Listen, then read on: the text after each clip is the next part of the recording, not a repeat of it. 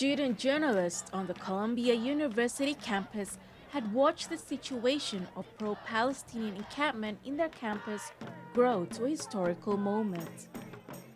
They observed the situation spiraling for the worse as protesters stood their ground and refused to abandon Hamilton Hall.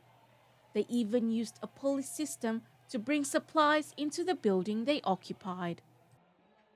The police operation that cleared out Hamilton Hall on Tuesday night capped 2 weeks of drama at Columbia, and student journalists at the Ivy League school were there to cover it.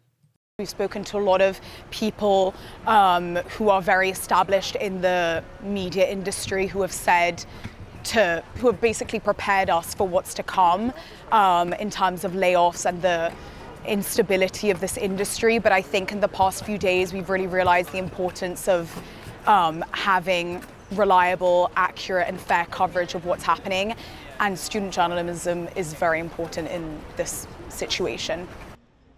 These reporters were the only ones who could capture what was happening, since other media were being kept off campus. Student journalists are in the center of everything as anger rises on American campuses this spring. They're immersed in the story in ways journalists from major media organizations often cannot match. And they face the double dilemma of being members of the media and students at the institutions they are covering. Separating my student identity to my journalism work has definitely been something that I've been thinking about a lot recently. And I think at the moment I'm definitely just trying to report as accurately and as fairly as I can and place my sentiments about the conflict aside.